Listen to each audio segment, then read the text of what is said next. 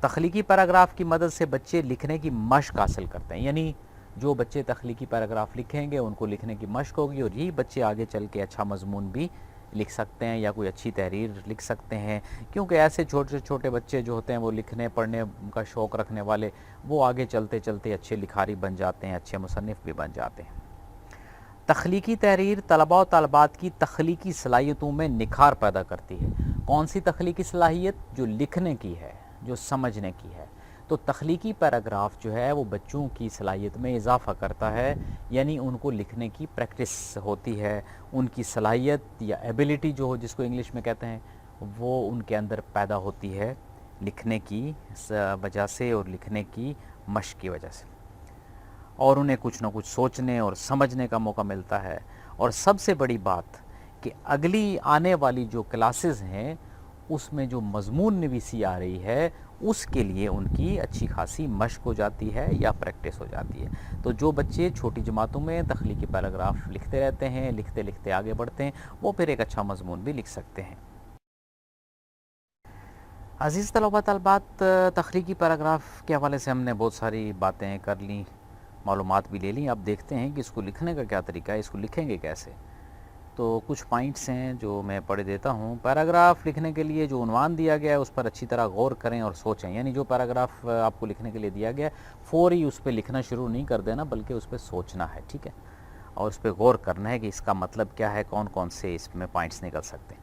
سوچنے اور غور کرنے کے بعد جو باتیں آپ کے ذہن میں آئی ہیں انہیں پوائنٹس یعنی نکات کی شکل میں رف کاغذ پر نوٹ کر لیں، یعنی جو آپ کے ذہن میں اس ٹاپک کے بارے میں جو باتیں آ گئی ہیں آپ نے اس کو رف کاغذ پہ اس کے پوائنٹس لکھنے ہیں کہ کون کون سے پوائنٹس اس میں بنتے ہیں، ٹھیک، یہ طریقہ ہے۔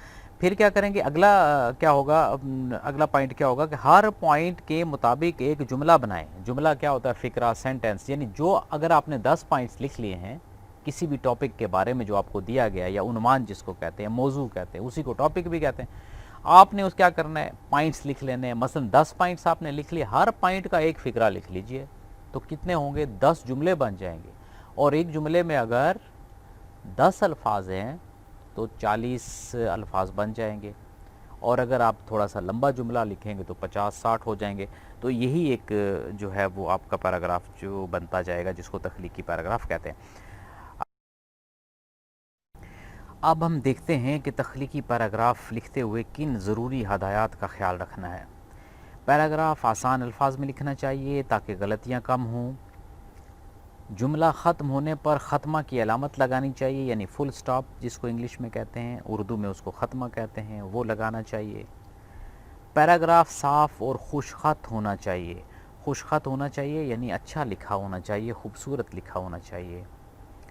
اور پیراگراف موضوع یا عنوان کے مطابق ہونا چاہیے، یعنی جو پیراگراف کا عنوان ہے اسی پہ آپ لکھیں گے، یعنی اگر بارش کے بارے میں پوچھا گیا ہے تو آپ گرمی کے بارے میں نہیں لکھیں گے، اور اگر چڑیا کے بارے میں پیراگراف پوچھا گیا ہے، تخلیقی پیراگراف لکھنا ہے تو وہ بھینس کے بارے میں نہیں ہو سکتا، یعنی ٹاپک یا عنوان جو ہے اس کا خیال رکھنا ہوتا ہے۔ جی بچوں، امید ہے کہ آپ نے تخلیقی پیراگراف کے حوالے سے ضروری باتیں سیکھ لی ہوں گی، اس کو لکھنے کا طریقہ بھی پڑھ چکے ہوں گے۔ اب ایک عملی طور پہ یعنی پریکٹیکل فارم میں آپ نے کام کرنا ہوگا گھر میں، تاکہ آپ کو پریکٹس ہو سکے تخلیقی پیراگراف لکھنے کی۔ ایک آپ کو دی جائے کہ ورک شیٹ جو سبق کے اختتام پہ آپ کو ملے گی، اس کو آپ نے مکمل کرنا ہے۔ وہ ورک شیٹ کچھ اس طرح سے ہوگی کہ اس کے اوپر عنوان بھی دیا ہوگا، کچھ مواد اس میں لکھا ہوا ہوگا، باقی حصہ آپ نے مکمل کرنا ہے ہدایات کی روشنی میں، اشارات کی روشنی میں، الفاظ کی روشنی میں۔ اس کے ساتھ ساتھ ایک تخلیقی پیراگراف بطور ماڈل آپ کو دیا جائے گا۔ یہ دونوں چیزیں آپ اپنے پاس پرنٹ لے کر محفوظ کریں گے، اور تخلیقی پیراگراف جو لکھا ہوا آپ کو دیا جائے گا اس کو اپنی نوٹ بک پہ بھی لکھیں گے، اور تاکہ بعد میں جب امتحان ہوگا تو آپ اس کو یاد کر سکیں، اور ورک شیٹ کو مکمل کریں گے، اور مکمل کر کے اس کو بھی اپنے پاس محفوظ کر لیں گے۔ اس طرح سے آپ کی نوٹ بک کا کام بھی مکمل ہوتا رہے گا، اور ساتھ ساتھ پھر آپ کی تیاری بھی ہوتی رہے گی۔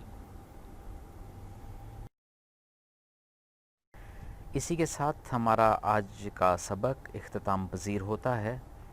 اگلے ہفتے نئے سبق کے ساتھ آپ سے ملاقات ہوگی، تب تک کے لیے خدا حافظ۔